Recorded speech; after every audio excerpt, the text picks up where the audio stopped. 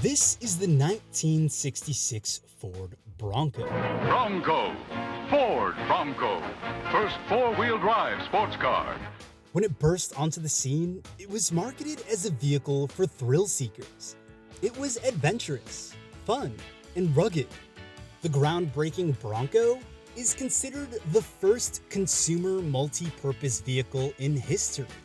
It was the perfect ride for those who wanted an everyday driving vehicle that also had the chops to handle itself, and handle itself well when it comes to off-road conditions. The Bronco was an instant success, selling more than 23,000 units in 1966, and drivers loved its boxy looks and off-road capabilities. Over the next 30 years, the Bronco built a loyal following and further entrenched itself in American culture. But if it was so popular, why did Ford pull the plug on the iconic ride? And why might they finally be bringing it back?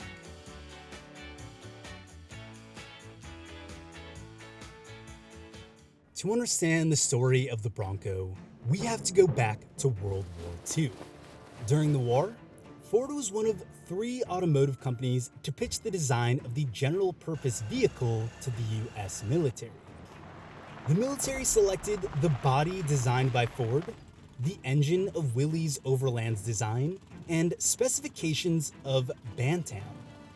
Ford would go on to produce 275,000 Jeeps during the war. During the war, GIs shortened general-purpose vehicles to the word Jeep. Fast forward to the late 50s and 60s. Vehicles of this era were single-purpose and lacked variety.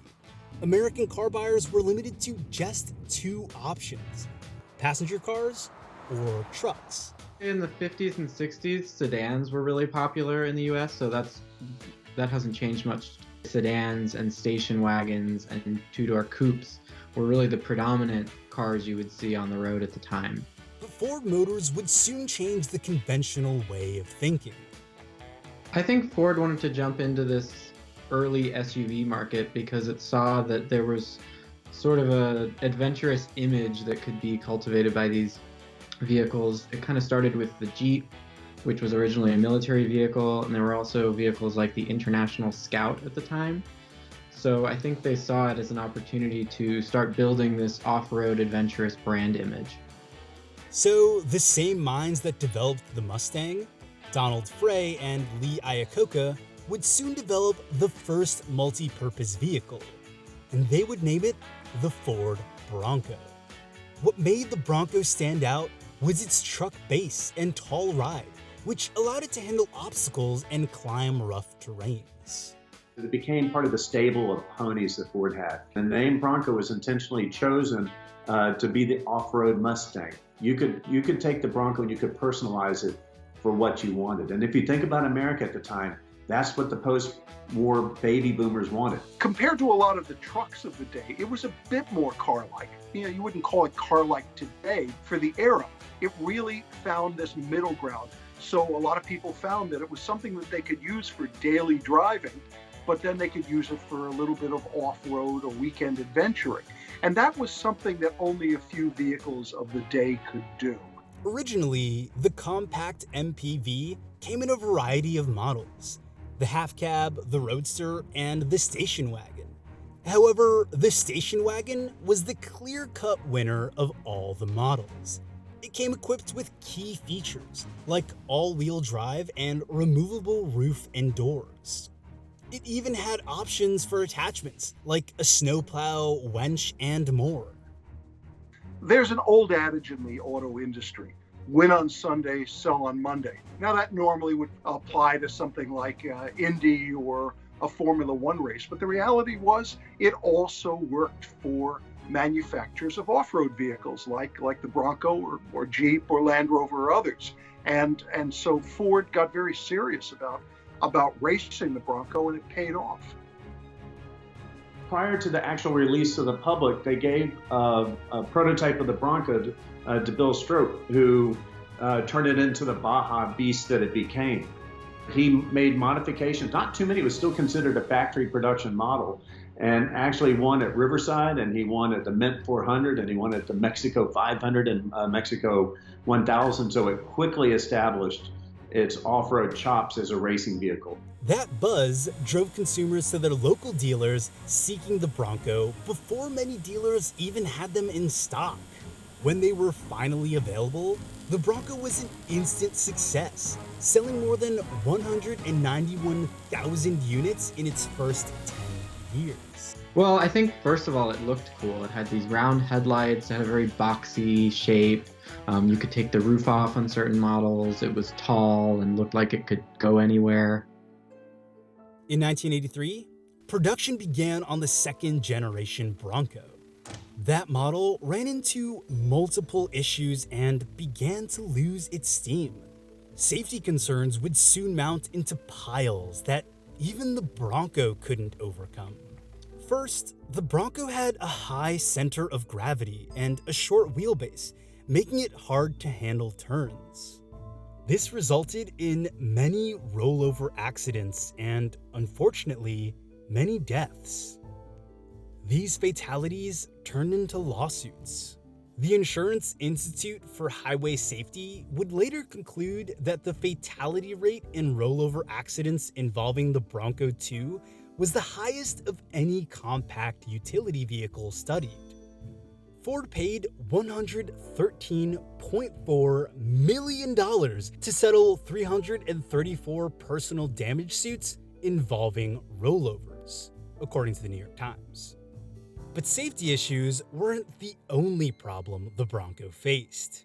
The other thing that started happening by the mid-1980s and into the latter part of the decade was that you started seeing the first of what you might call the crossover boom, where you started having vehicles like, for example, the Jeep Grand Cherokee come along.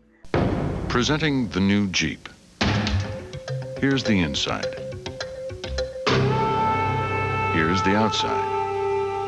And they were really targeting a classic passenger car, a sedan, wagon, or coupe buyer, with something that was truly more car-like. And they just changed the equation. And the Bronco really was sort of another era. It didn't apply. Ford really pulled off a miracle for itself when it launched the Explorer. And that was the end of the run of the Bronco. That was the final straw, as Bronco sales plummeted after the release of the Ford Explorer, as consumers opted for larger four-door SUVs. Ford would officially pull the plug on its iconic vehicle in 1996. Though it was taken off the market, the Bronco didn't quite fade away. The iconic ride hit a restoration peak once it was no longer available. When the Bronco went away, it became even more popular because of its absence. Fan groups banded together to do meetups and to do Bronco off-road drives.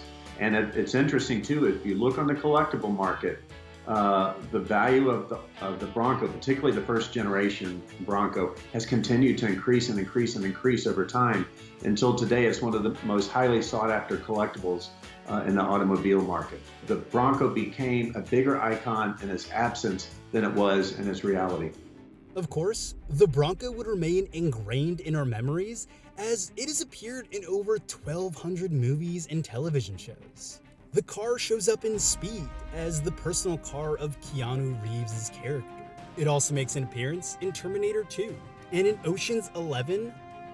And those who were around in 1994 would be hard-pressed to forget O.J. Simpson's slow speed police chase down California highways while in a white Bronco.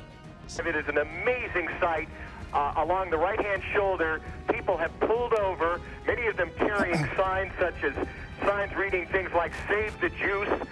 But now, nearly 25 years after the Bronco was taken off the market, Ford announced it's coming back, and Bronco fanatics are excited.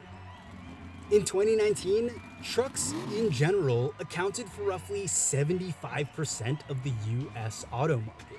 Utility vehicles account for roughly 50 and 60% of the US new vehicle market, and it hasn't hit the peak yet. seemingly a perfect time to relaunch the new model. Thanks for watching the rise, fall, and rebirth of the Ford Bronco.